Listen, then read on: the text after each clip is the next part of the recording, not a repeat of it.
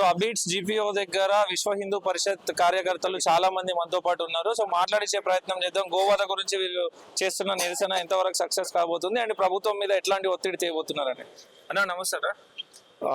జై గోమాత అండి. ఈ అంటే ఈ తెలంగాణలో ఎక్కువ శాతం ఉన్నది, భారతదేశంలో ఎక్కువ శాతం ఉన్న హిందువులకు ఈ దౌర్భాగ్య స్థితి ఏందో అర్థం కాదు.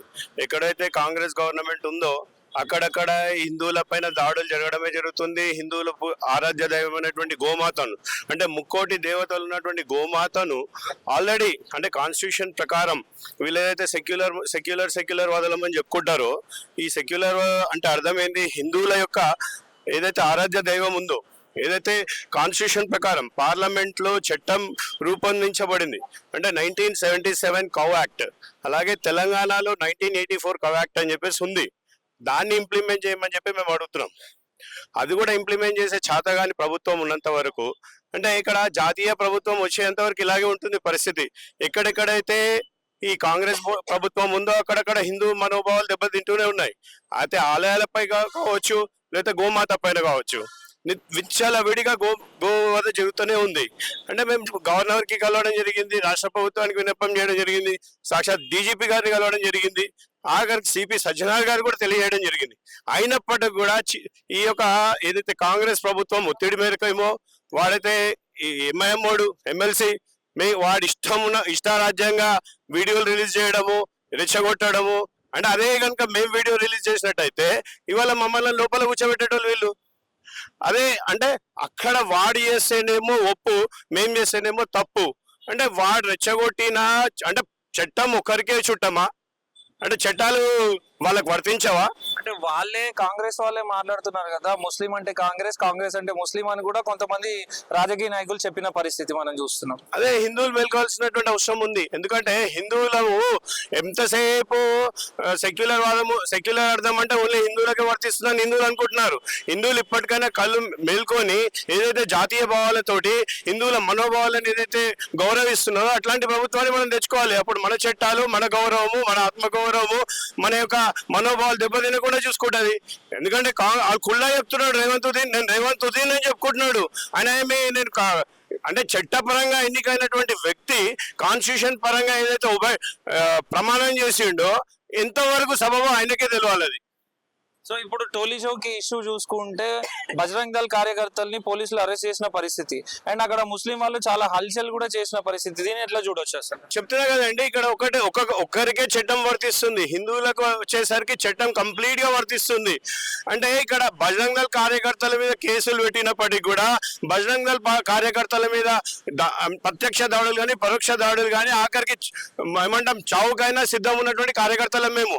అంటే మాకు గోమాత ధర్మం రక్షిత రక్షిత అన్నారు. అంటే ధర్మాన్ని రక్షిస్తే అది మేము రక్షించబడతామన్న సూత్రానికి కట్టుబడి ఉన్నాం.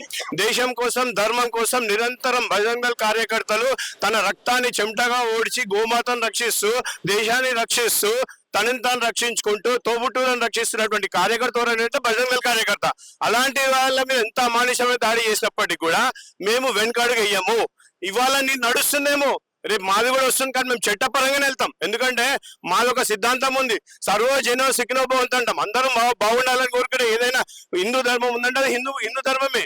కాబట్టి వాళ్ళకి ఎప్పుడు కూడా ఒకరిని షాడిజం అంటాం కదా, ఆ షాడిజం చూపిస్తున్నారు ఇవాళ. కానీ రాబోయే రోజుల్లో బజరంగ్ దళ్ కార్యకర్తలు కనుక ఒక్కసారి మా పైన వాళ్ళు కనుక ఒక ఆర్డర్ ఇచ్చిండ్రు అనుకోండి, తరిమి కొడతాం ఇక్కడ నుంచి ఆ కుక్కల్ని. జాగ్రత్త. ఇప్పటి వరకు బజరంగ్ దళ్ గానీ లేకపోతే విశ్వ హిందూ కార్యకర్తలు గానీ ఎటువంటి చర్యలు తీసుకున్నారు గోమాతను రక్షించడానికి? మేము నిరంతరము 24/7 మా దగ్గర ఉన్నటువంటి కార్యకర్తలు తమకున్నటువంటి ఇన్ఫర్మేషన్ తో ఎన్నో గోమాతలు రక్షించడం జరిగింది. అయినప్పటికీ కూడా కొందరు ఎంఐఎం తొత్తులు, ఎంఐఎం ఎమ్మెల్సీలు, ఎంఐఎం కి చెందినటువంటి కార్పొరేటర్లు వచ్చి ఎంత ఒత్తిడి చేసినప్పటికీ కూడా బజరంగ్ దళ్ కార్యకర్త వెనుకడుగు వేయలేదు. తన సాధ్యమైనంత శక్తి, అంటే మాకున్న శక్తి మేర మేము గోవులను రక్షించుకోవడం జరిగింది. ఈవెన్ కొందరు అధికారులు కూడా చట్టానికి లోబడి కొన్ని పనులు చేశారు, చేయలేదని లేదు. కానీ మెజారిటీగా ఉన్నటువంటి అధికారులు, నేను అడుగుతాను ఒకటే ప్రశ్న ఏంటంటే, మీరు చెక్ పోస్టులు ఏర్పరిచిన అన్నారు, చెక్ పోస్టులు ఏర్పరిచినప్పుడు ఇక్కడ గోమాతలు ఎట్లా వచ్చినాయి? మళ్ళీ ఇంకొక క్వశ్చన్ వేస్తారు, ఎద్దులు అంటారు. ఎద్దులు అంటే నందీశ్వరుడు కదా, మరి సంతతి ఎట్లా పెరుగుతుంది? అంటే ఎద్దులను కోసుకో. ఇంకోటి మన గోరక్ష చట్ట ప్రకారము 14 సంవత్సరాలు నిండినటువంటి ఏదైతే పనికిరానటువంటి ఉన్నదో వాటిని మాత్రమే కోయాలి. మీరు చూడండి, ఎన్ని వీడియోలు చూడండి, ఆఖరికి వాడు ఎమ్మెల్సీ బేగ్ పెట్టినటువంటి వీడియోలు కూడా చూడండి. ఆ చిన్న లేగ దూడలు, అంటే వాటిని కట్ చేయడానికి ఎవడు అధికారం ఇచ్చినాడు, ఎవడ సర్టిఫికేట్ ఇచ్చేటోడు, ఎవడు వీడోడు మళ్ళీ చెప్పడానికి అవి సర్టిఫైడ్ ఉన్నాయని చెప్పేసి. అంటే దీనికి ఒక ప్రాపర్ చట్టం లేకపోతే మాత్రం ఇట్లానే నడుస్తూ ఉంటుంది. రాబోయే రోజుల్లో మా యొక్క ఉద్యమం ఉధృతంగానే ఉంటుంది, శాంతియుతంగానే నడుస్తుంది ఇప్పుడు.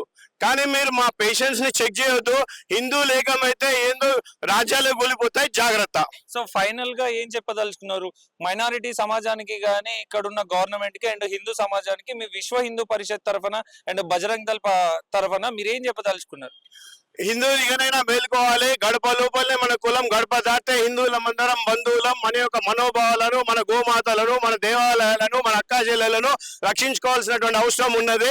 రాబోయే రోజుల్లో ఇటువంటి ఛాలెంజెస్ ఎక్కువ ఉంటాయి కాబట్టి మనము సెక్యులర్ వాళ్ళం పోకుండా నిజమైన సెక్యులర్లం అంటే నిజమైన పరుల యొక్క కోరుకునే వాళ్ళ ఓరం అంటే హిందువులం మాత్రమే. కాబట్టి మనం అందరం కూడా ఏకతాటిపై వచ్చి ఈ గవర్నమెంట్ మెడల్ ఉంచి మన యొక్క చట్టాలను మనం అమలు చేసుకునేటట్టు చూడాల్సినటువంటి బాధ్యత ప్రతి ఒక్క హిందూ పైన ఉంది.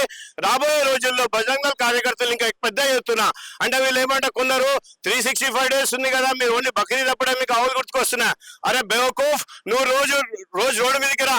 మా యొక్క బజరంగ్ దళ్ కార్యకర్త ప్రతి కార్నర్ ఆఫ్ ద తెలంగాణలో తన గోవులను రోజు రక్షిస్తూనే ఉన్నాడు. కాబట్టి మీకు ఇవాళ బక్రీద్ అప్పుడే గోవులు గుర్తుకొస్తాయి. మాకు 365 days మా ప్రాణం అంత వరకు గోరక్షణ కోసం మేము ఎంతవరకు అయినా పోవడానికి సిద్ధంగా ఉన్నాం.